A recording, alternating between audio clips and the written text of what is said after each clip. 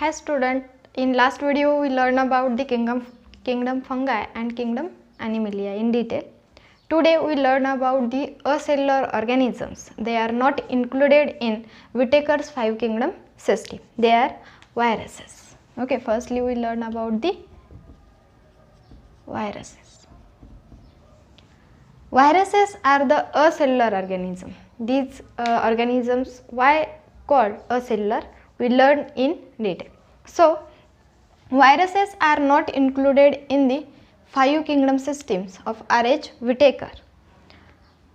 We learn about their characters, their structure and different examples of the viruses. Firstly, the viruses naming by the Louis Pasteur, it's called as venom or poison. It's called as a venom or poison. It's named by the Louis Pasteur. Louis Pasteur या सायंटिस्टने venom आणि poison या नावाने व्हायरसेसला ओळखलं होतं आणि नाव दिलं होतं. पण व्हायरसेसना व्हायरस म्हणून ऑब्लिगेट पॅरासाइट हे कसे आहेत?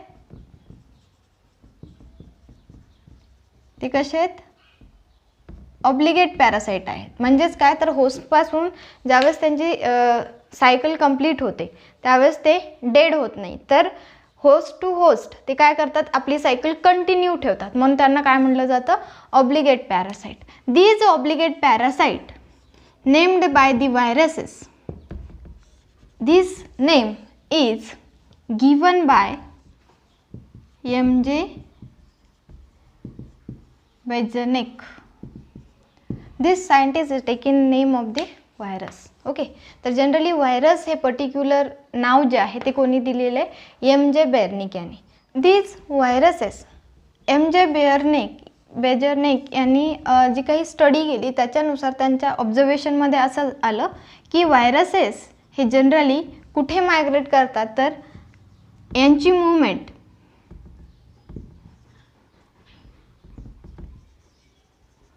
ही कुठे होते? ॲगार जेलमध्ये. ते काय करतात? मूवमेंट करतात. ओके, मायग्रेट होतात. तर they viruses are migrate in agar gel. So is called as the infectious soluble agent, and this meaning in his language he called as contagium vivum fluidum. So त्यांनी काय केलेलं आहे, जे काही viruses आहेत ते जनरली होस्टच्या बाहेर किंवा अदर पार्ट्समध्ये जर आपण त्यांना ऑब्झर्व केलं तर ते मूवमेंट करत नाहीत. तर त्यांनी पाहिलं की अगार जेलमध्ये ते काय होतात? मायग्रेट होतात. ओके, तर जे काही त्यांचं मायग्रेशन आहे त्याच्यावरून त्यांनी जी काही स्टडी केली त्याच्यानुसार हा जो व्हायरस आहे इन्फेक्शियस सोल्युबल एजंट आहे. ओके, तर हा इन्फेक्शन करणारा सोल्युबल एजंट आहे. ज्या फिल्ट्रेटला जो काही फिल्ट्रेट फॉर्म होतो सोल्युबल एजंट, त्याला त्यांनी त्यांच्या भाषेमध्ये काय म्हणलेलं आहे, तर कंटाजियम व्हिवम फ्लुइडम. म्हणजेच काय? असा फ्लुइड जो की इन्फेक्शन करतो त्याला काय म्हणलं जातं? कंटाजियम व्हिवम फ्लुइडम. तर व्हायरसेसला त्यांनी काय म्हणलेलं आहे? Infectious soluble agent. It is A filtrate, and this filtrate he is called as the contagium vivum fluidum. Next scientist Stanley is called as, or they demonstrated that the viruses are inert outside the host, and these viruses are crystallized and they made up of proteins. Okay, so generally Stanley, it is the next one scientist, he demonstrated that viruses are inert outside the host. होस्टच्या बाहेर काय असतात ते इनर्ट्स असतात, कारण की infection केल्याच्या नंतर तो बॉडीच्या इनसाइड जातो आणि त्यावेळेस तो पर्टिक्युलर सेल्युलर स्ट्रक्चर फॉर्म करतो आणि तिथे इन्फेक्शन करतो. ओके, त्याचं फंक्शन कधी आहे, ज्यावेळेस तो होस्टच्या मध्ये जाईल, आणि ज्यावेळेस तो होस्टच्या बाहेर असतो, आउटसाईड असतो, त्यावेळेस तो कसा असतो, इनर्ट असतो. त्याचं स्ट्रक्चर कसं आहे, क्रिस्टलाइन स्ट्रक्चर आहे. ओके, आणि तो कशापासून बनलेला आहे, तर प्रोटीन्सपासून तो बनलेला आहे. हे कोणी सांगितलं, स्टेनली यांनी सांगितलेलं आहे. ओके, तर जनरली जर इंट्रोडक्टरी पार्ट बघितला व्हायरसेसचा, तर लुईस पॅस्चरनी व्हायरसेसना व्हेनम म्हणजेच पॉयझन या नावाने त्यांनी नाव दिलं होतं. तो ऑब्लिगेट पॅरासाईट आहे, म्हणजे होस्ट टू होस्ट त्याची लाईफ सायकल ही कंटिन्यू असते, तो कधीच डेड होत नाही. ओके, आणि त्याच्यानंतर व्हायरसेस हे नाव कोणी दिलं, तर MJ बायझरनेक यांनी व्हायरस हे नाव दिलेलं आहे. आणि त्यांनी जे काही ऑब्झर्वेशन केलं त्याच्यानुसार व्हायरसेस हे अगार जेलमध्ये काय होतात, मायग्रेट होतात, आणि त्यासोबतच त्यांनी ते जे काही फिल्ट्रेट आहे त्याला काय म्हणलेलं आहे, तर इन्फेक्शियस सॉल्युबल एजंट. आणि हे जे इन्फेक्शियस सॉल्युबल एजंट आहेत त्यांना त्यांनी त्याच्या भाषेमध्ये काय म्हणलं, कंटाजियम विवम फ्लुइडम, म्हणजेच काय, तर ते इन्फेक्शियस सॉल्युबल एजंट आहेत. ओके, जे त्यांनी सांगितलेलं आहे. सेकंड सायंटिस्ट आहे स्टेनली. स्टेनलीने सांगितलं की होस्टच्या बाहेर ज्यावेळेस व्हायरस असतो त्यावेळेस तो इनर्ट असतो, तो क्रिस्टलाइज्ड असतो आणि तो प्रोटीनपासून बनलेला आहे. Okay, now we see the characteristics of the viruses. These are the introductory part of viruses.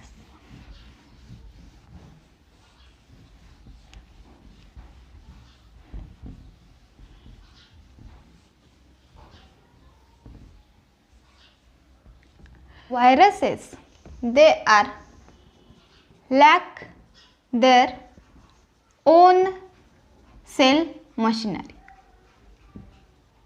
Generally व्हायरसेसकडे पर्टिक्युलर त्यांचं सेल स्ट्रक्चर नाही आहे, कारण की त्याच्यामध्ये फक्त प्रोटीनपासून जो काही कोट कवर फॉर्म झालेला आहे त्याला काय म्हटलं जातं, कॅप्सिड. ओके, तर प्रोटीनपासून जो पर्टिक्युलर पार्ट बनलेला आहे तो कॅप्सिड आहे, आणि हा जो कॅप्सिड आहे तो कशाच्या अराउंड असतो, तर जे काही न्यूक्लिक ॲसिड आहे, न्यूक्लिक ॲसिड आहे, ओके, न्यूक्लिक कंटेंट जो काही असेल त्याच्या अराउंड हा कॅप्सिड प्रेझेंट असतो. ओके, फक्त प्रोटीन कोट आहे आणि न्यूक्लिक ॲसिड आहे, म्हणून याला पर्टिक्युलर सेल्युलर स्ट्रक्चर नाही आहे, म्हणून आपण त्यांना काय म्हणतो, असेल्युलर. ते कसे आहेत, असेल्युलर आहेत. पण ज्यावेळेस सेलच्या बाहेर असतात त्यावेळेस ते इनर्ट असतात, पण ज्यावेळेस ते सेलला किंवा कोणत्याही होस्टला इन्फेक्ट करतात, okay, outside the host they are inert. Okay, but they are infected to the host, they are continue their cell machinery. Okay, continue their cell machinery and take a charge of the cell and they are duplicate. They are duplicate. So these viruses are called as a infectious nucleoprotein particles. Okay, तर generally जे काही viruses आहेत त्यांना त्यांची particular sale machinery नसते, particular sale structure त्यांच्यामध्ये नाही आहे, आणि ते जेव्हा एखाद्या सेलमध्ये असतील तर त्यावेळेसच ते फंक्शन करू शकतात. आउटसाईड जर असतील तर त्यांना पर्टिक्युलर सेल स्ट्रक्चर नसल्यामुळे ते कोणतंही फंक्शन करत नाहीत, म्हणूनच आपण त्यांना काय म्हणतो, इनर्ट आहेत. तर जनरली याच्यामध्ये जर स्ट्रक्चर जर आपण पाहिलं तर फक्त आउटसाईड जो काही पर्टिक्युलर स्ट्रक्चर आहे तो मात्र कशाचा असतो, प्रोटीन कोट असतो, आणि याच्यामध्ये न्यूक्लिक ॲसिड प्रेझेंट असतो. Okay, this is the only structure of the viruses. Okay, so just like it is an example of bacteriophages. फक्त आउटसाइडचा जो काही प्रोटीन कोट आहे त्याला कॅप्सिड म्हणलं जातं, आणि हा जो प्रोटीन कोट आहे कशाच्या अराउंड असतो, तर न्यूक्लिक ॲसिडच्या अराउंड असतो, आणि म्हणूनच आपण तो काही पर्टिक्युलर सेल आहे, कारण की आपण सेलचं स्ट्रक्चर स्टडी केले, तसं पर्टिक्युलर सेल स्ट्रक्चर नसल्यामुळे आपण त्यांना काय म्हणतो, acellular. Okay, absent of cell. Okay, acellular. जेव्हा सेलच्या आउटसाईड असतात त्यावेळेस इनर्ट असतात, पण ज्यावेळेस ते सेलला इन्फेक्ट करतील त्यावेळेस मात्र त्या सेलचा चार्ज जो आहे ते घेतात आणि जी काही सेल मशिनरी आहे ती कंटिन्यू होते. आणि त्याचबरोबर ज्यावेळेस होस्टच्या सेलमध्ये, for example it is a virus, it is infect to a host sale.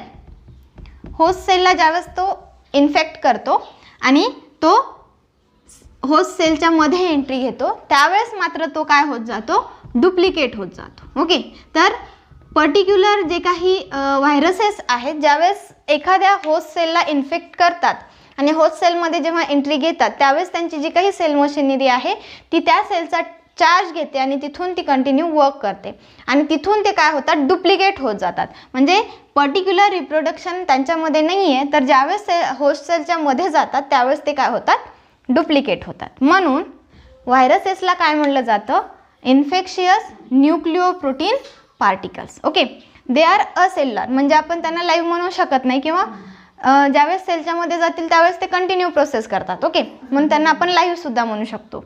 तर इन्फेक्शियस म्हणजे एखाद्या पार्टला होस्टला ते इन्फेक्ट करतात. न्यूक्लिओप्रोटीन आहेत म्हणजेच काय, एक तर न्यूक्लिक ॲसिड प्रेझेंट आहे आणि त्याचबरोबर प्रोटीनचा कॅप्सिड प्रेझेंट आहे, म्हणून न्यूक्लिओप्रोटीन पार्टिकल्स आहेत जे की इन्फेक्शन करतात. ओके, तर it is the particular structure of the viruses. Now we learn about the types of viruses. Okay, types of viruses.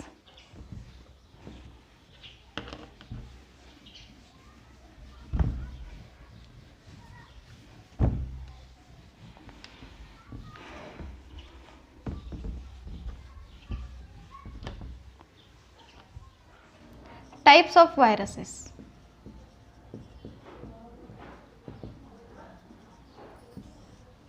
Viruses are divided and classified on the based on their genetic material. Okay, viruses are classified based on their genetic material. जे काही genetic material असेल त्यानुसार ते काय झालेले, divide झालेले. For example RNA virus और DNA virus. Generally व्हायरसेसचा जो काही जेनेटिक मटेरियल असेल, for example RNA virus having a genetic material is RNA. मग हा RNA सिंगल स्ट्रँडेड असेल, सिंगल स्ट्रँडेड RNA और डबल स्ट्रँडेड RNA. तर जनरली व्हायरसेस हे जेनेटिक मटेरियलच्या बेसिसवर डिवाइड करण्यात आलेले आहेत. तर ज्याच्यामध्ये RNA हा जेनेटिक मटेरियल असेल तर तो आहे RNA व्हायरस आणि ज्याच्यामध्ये जेनेटिक मटेरियल हा DNA असेल ते आहेत DNA व्हायरस. तर जेनेटिक मटेरियल जे काही असणार आहे तर RNA व्हायरसमध्ये RNA हा जेनेटिक मटेरियल आहे, तो सिंगल स्ट्रँडेड RNA असेल किंवा डबल स्ट्रँडेड RNA असेल. तरी हे दोन्ही कोणत्याही स्ट्रँड्समध्ये ते जेनेटिक मटेरियल असू शकतं. DNA व्हायरसेसमध्ये DNA हा जेनेटिक मटेरियल आहे आणि हा जो जेनेटिक मटेरियल आहे माहीत आहे DNA हा डबल स्ट्रँडेड असतो. Okay, double stranded DNA. It is a genetic material of the DNA viruses as well as RNA is also present in DNA viruses, but RNA is for the functional, not a genetic material. Okay, so types of viruses मध्ये based on the genetic material viruses are classified into two types. One is a RNA virus, second one is a DNA virus. Okay, तर RNA virus मध्ये RNA हा genetic material आहे, single standard RNA और double standard RNA दोन्हीपैकी कोणताही असू शकतो. DNA व्हायरसेसमध्ये DNA हा जेनेटिक मटेरियल असतो. तर आपण टाइप्स ऑफ व्हायरसेस नंतर स्ट्रक्चर ऑफ व्हायरसेस स्टडी करणार आहोत. तर जनरल स्ट्रक्चर कसं आहे व्हायरसेसचं याबद्दल आपण स्टडी करूया.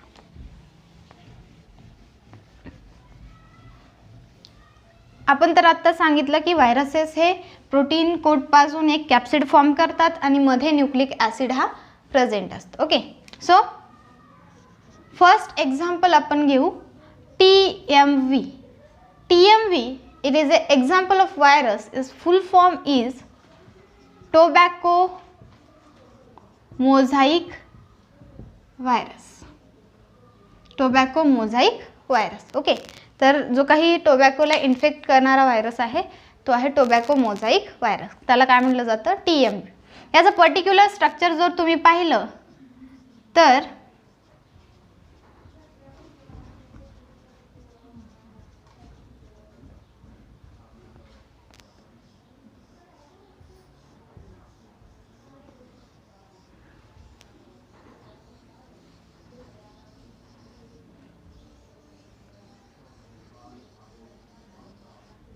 पर्टिक्युलर आपल्याला TMV व्हायरस म्हणजे टोबॅको मोझाईक व्हायरस हा असा दिसतो. जनरली ही जी चेन दिसतीये तो काय आहे? This is a RNA. The radius of this particular RNA structure is 40 Angstrom unit and these are the capsomers. They are arranged in polyhedral or a helical. Their arrangement is a polyhedral or helical. We see the second example of these viruses. It is a first example TMV, tobacco mosaic viruses, and second is a bacteriophages. What is mean by bacteriophages? They are infect to bacteria. Those viruses are infected to bacteria is known as a bacteriovirus. जे bacteria व्हायरसेसला cause करतात त्यांना काय म्हटलं जातं? बॅक्टेरियोफेजस. याच्यामध्ये याचं example जर पाहिलं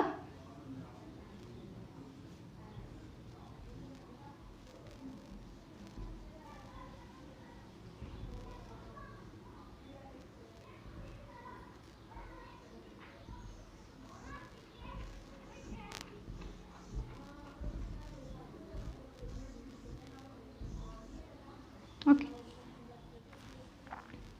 it is a particular head,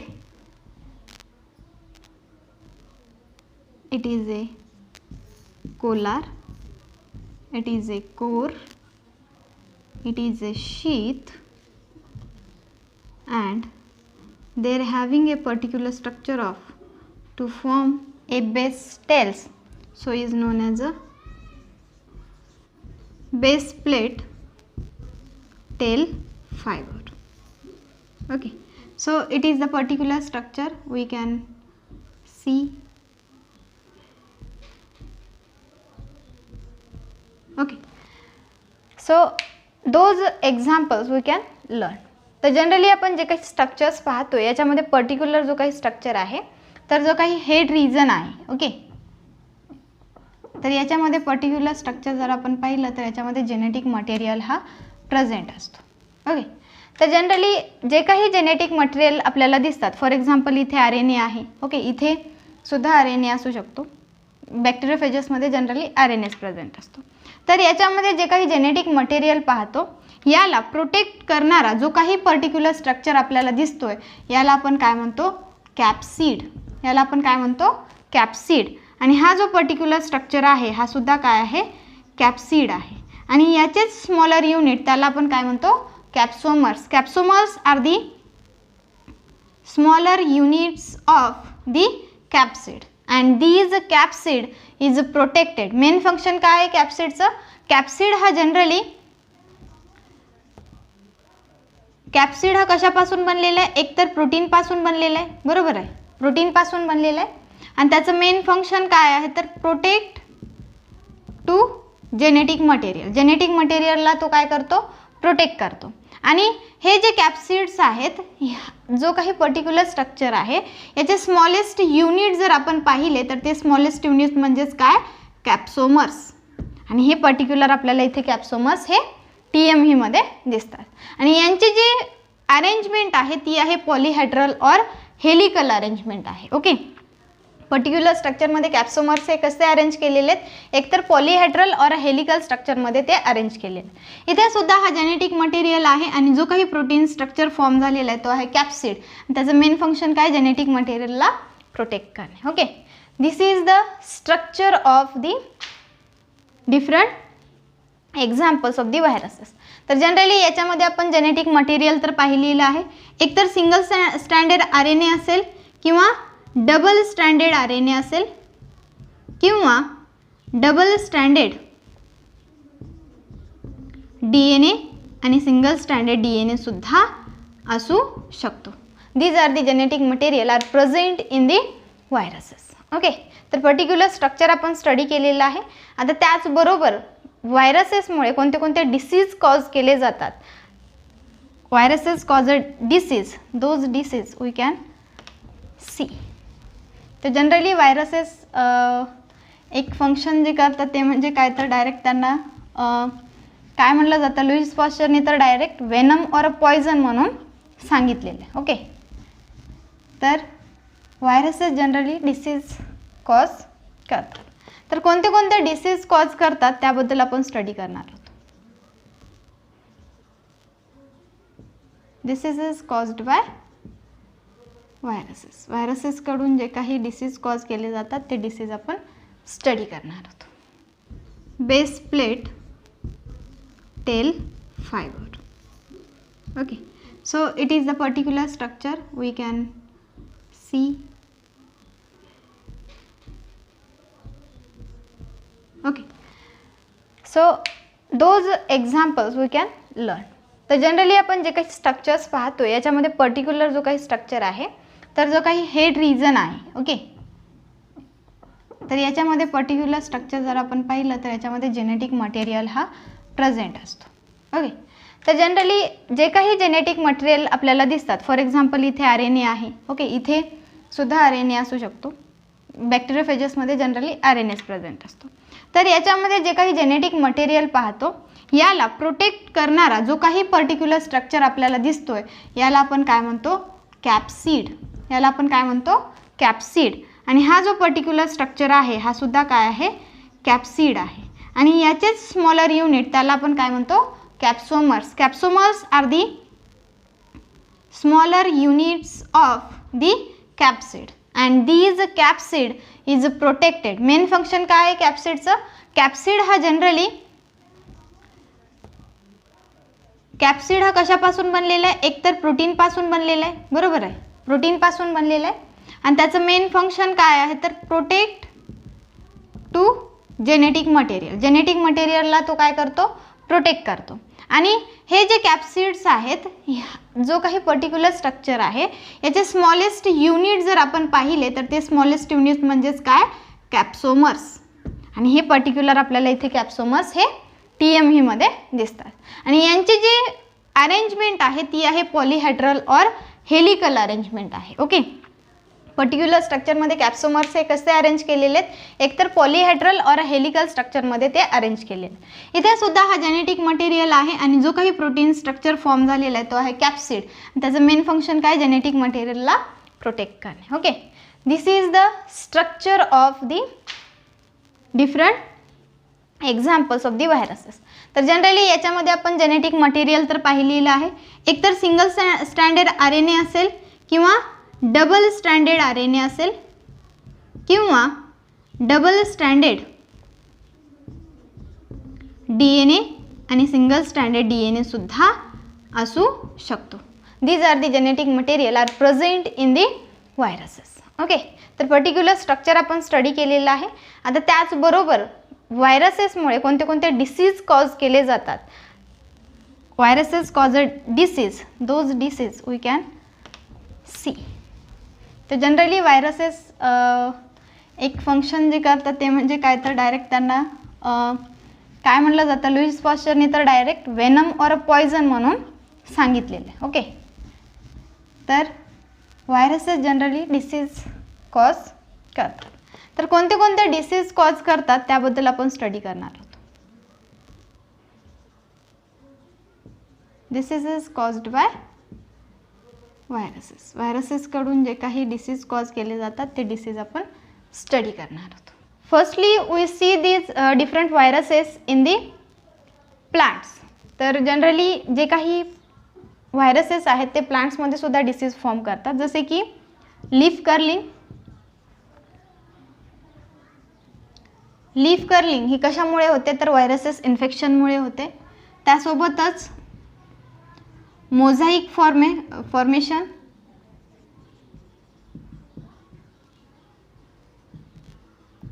yellowing.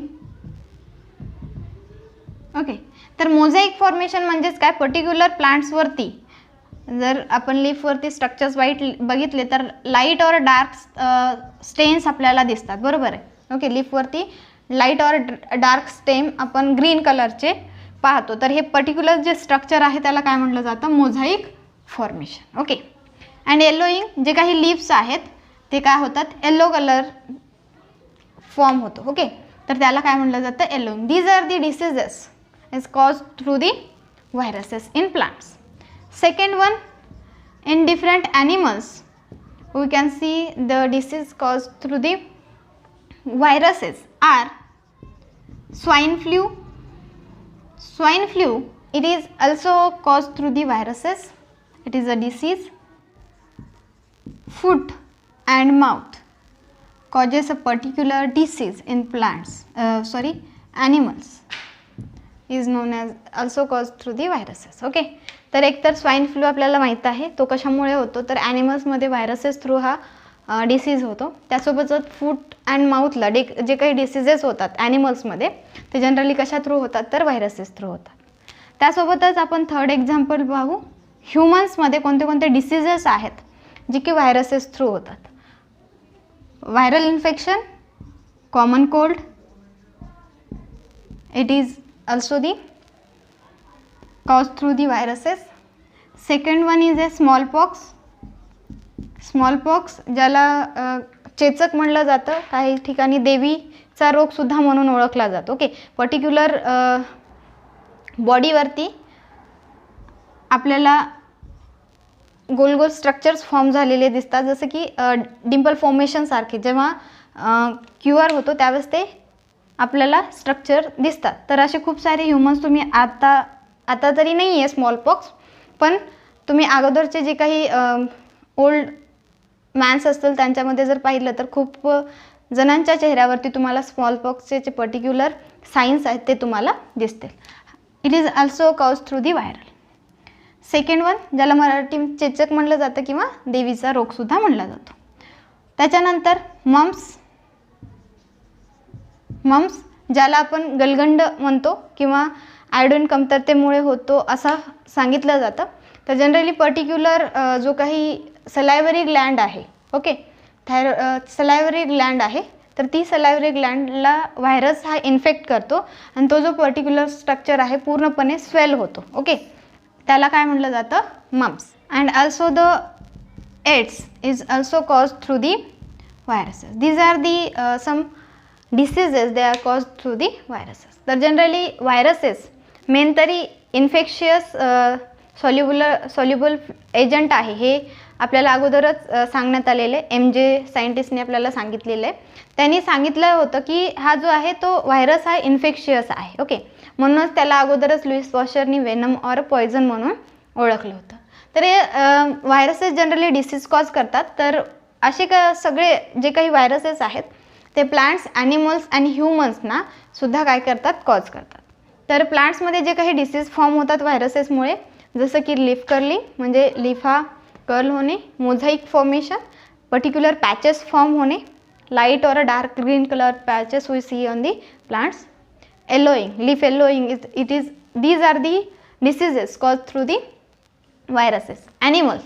ॲनिमल्समध्ये सुद्धा काही डिसीजेस फॉर्म होतात, जसं की स्वाईन फ्लू आहे, फूट अँड माउथ डिसीजेस, हे सुद्धा कशा थ्रू होतं तर व्हायरसेस थ्रू. ह्युमन्समध्ये कॉमन कोल्ड, व्हायरल इन्फेक्शन ज्याला आपण म्हणतो, smallpox, mumps and AIDS. These are the some diseases cause through the viruses.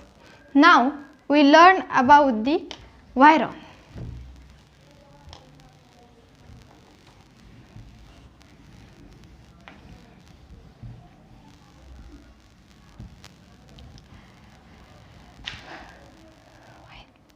we learn about the second one is a viron or viroids. Viroids, this reported by T.O. Denner in 1971. 1971 मध्ये T.O. Denier यांनी काय केलेले व्हायरॉइड्सबद्दल सांगितलेले.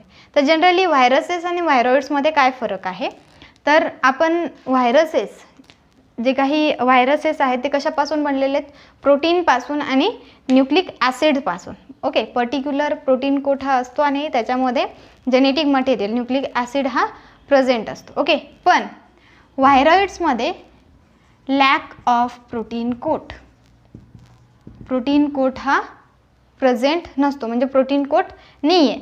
फक्त तिथे काय present आहे, only single standard RNA is present. Only single stranded RNA is present, and these single stranded RNA are having low molecular weight and also weight of RNA चा molecular weight कसा आहे, कमी आहे, आणि त्याचबरोबर smaller in size than viruses. Smaller in size than viruses. Those single stranded RNA is called as a viroids. These viroids causes a disease in potato spindle tuber. It is a disease caused by the viroids. तर generally viroids काय आहेत, तर viroids हे व्हायरसेसपेक्षा थोडासा बदल आहे. Okay, तर generally याच्यामध्ये जो काही व्हायरॉइड्स आहे, तर व्हायरॉइड्स कोणी रिपोर्ट केलेले, कोणी डिस्क्राईब केले, तर T.O. डेनर इन 1971 मध्ये. तर त्यांनी काय सांगितलं, तर त्याच्यामध्ये प्रोटीन कोट नसतो, प्रोटीन कोट अब्सेंट आहे, व्हायरसेसमध्ये प्रोटीन कोट प्रेझेंट असतो, अँड फक्त only single standard RNA is present in viroids. फक्त सिंगल स्टँडर्ड RNA हा प्रेझेंट असतो, आणि हा सिंगल स्टँडर्ड RNA कॉज करतो पोटॅटो स्पिंडल ट्यूबर हा डिसीज कॉज करतो. त्याच्यामध्ये RNAचा वेट जर बघितला तर खूप कमी आहे, आणि त्याचबरोबर साईज जर त्या व्हायरॉइड्सची बघितली तर व्हायरसेसपेक्षा सुद्धा खूप स्मॉलर इन साईजमध्ये व्हायरॉइड्स हे आहेत. ओके, तर जनरली पर्टिक्युलर व्हायरॉइड्स हे थोडासा मायन्यूट चेंज आहे, ज्याच्यामध्ये फक्त प्रोटीन कोट नाही आहे, RNA सिंगल स्टँडर्ड RNA आहे, आणि ते सुद्धा काय करतात, डिसीज काउज करतात. ओके, तर जनरली हा आहे व्हायरॉइड. यानंतर आपण पायरॉन्स काय आहे त्याबद्दल स्टडी करू.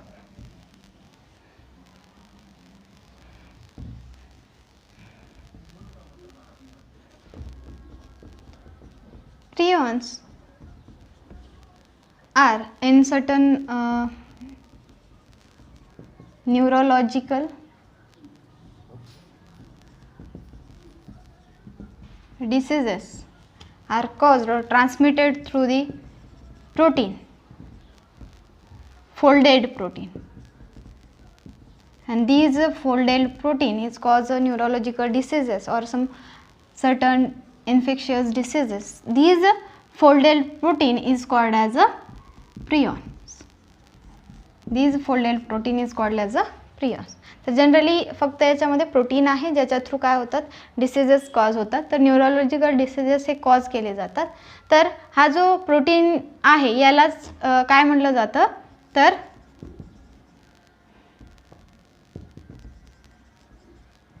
प्रोटीनिशियस इन्फेक्शियस पार्टिकल्स असा प्रोटीनचा पार्टिकल आहे जो की इन्फेक्शियस आहे. याच्यामुळे खूप सारे ॲनिमल्समध्ये आणि ह्युमन्समध्ये सुद्धा डिसीजेस होतात. जसे की जे काही ॲनिमल्स आहेत त्याच्यामध्ये for example mud cow. Okay, it is one type of disease in cow, and second one in humans, Jacob's disease. Jacob's disease in human, generally this disease occurred the time the humans are occur death. तर generally ज्यावेळेस disease होतो त्यावेळेस ह्युमनची death होते. तर these are the some पायरॉन्स, they cause a diseases. Okay, तर हा आहे प्रायॉन, जो की न्यूरोलॉजिकल डिसीजेस फॉर्म करतो. जनरली फक्त फोल्डेड प्रोटीनपासून हा डिसीज ऑकर होतो. याच्यानंतर आपण चॅप्टरचा लास्ट वन पार्ट स्टडी करणार आहोत, जो आहे lichens.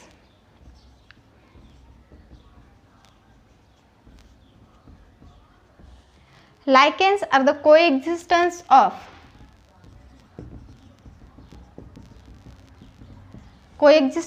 the algae and fungi for the mutual benefits.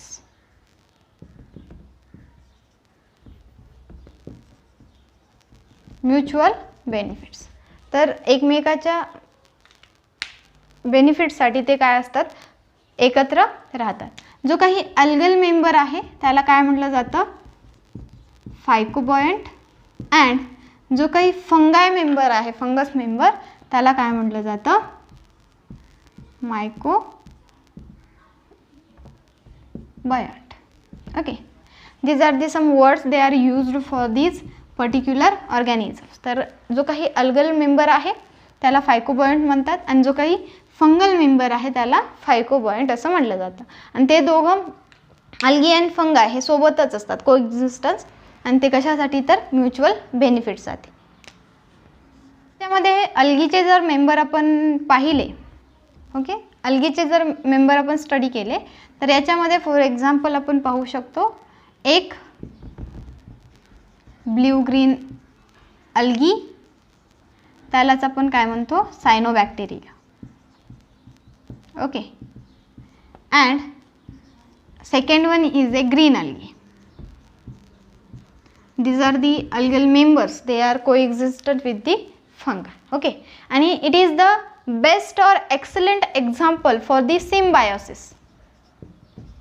We know about the symbiosis. Symbiosis जे की एकमेकासोबत राहून एकमेकाला बेनिफिशियल असतील. आपण आधी सांगितलं ते दोनाच्या म्युच्युअल बेनिफिटसाठी ते एकमेकासोबत असतात फॉर दी कोएक्झिस्टन्स. तर जनरली काय काय सिम्बायोसिस आहेत, तर त्याच्यामध्ये पर्टिक्युलर त्यांना काय भेटतं, एकमेकासोबत ते म्युच्युअल बेनिफिट्स हे कसे शेअर करतात. ओके, तर त्याबद्दल आपण स्टडी करू. ते जर आपण त्यांचं सिम्बायोसिस स्टडी केलं म्हणजेच काय, तर ते एकमेकासोबत कसे बेनिफिशियल आहेत. तर याच्यामध्ये आपण सिम्बायोसिससाठी काय करू, अल्गी आणि फंगा हे एकमेकासोबत कसे असतात. तर ज्यावेळेस अल्गी आणि फंगा हे सोबत असतील त्यावेळेस आपण त्यांना काय म्हणतो, लायकेन म्हणतो. बरोबर आहे.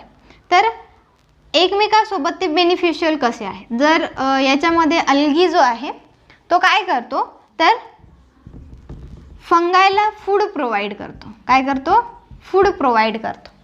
काय करतो, फूड प्रोव्हाइड करतो. तर फंगाय जो आहे तो जनरली अल्गासाठी एकतर शेल्टर प्रोव्हाइड करतो आणि त्याचबरोबर वॉटर अँड मिनरल ॲब्झॉर्प्शन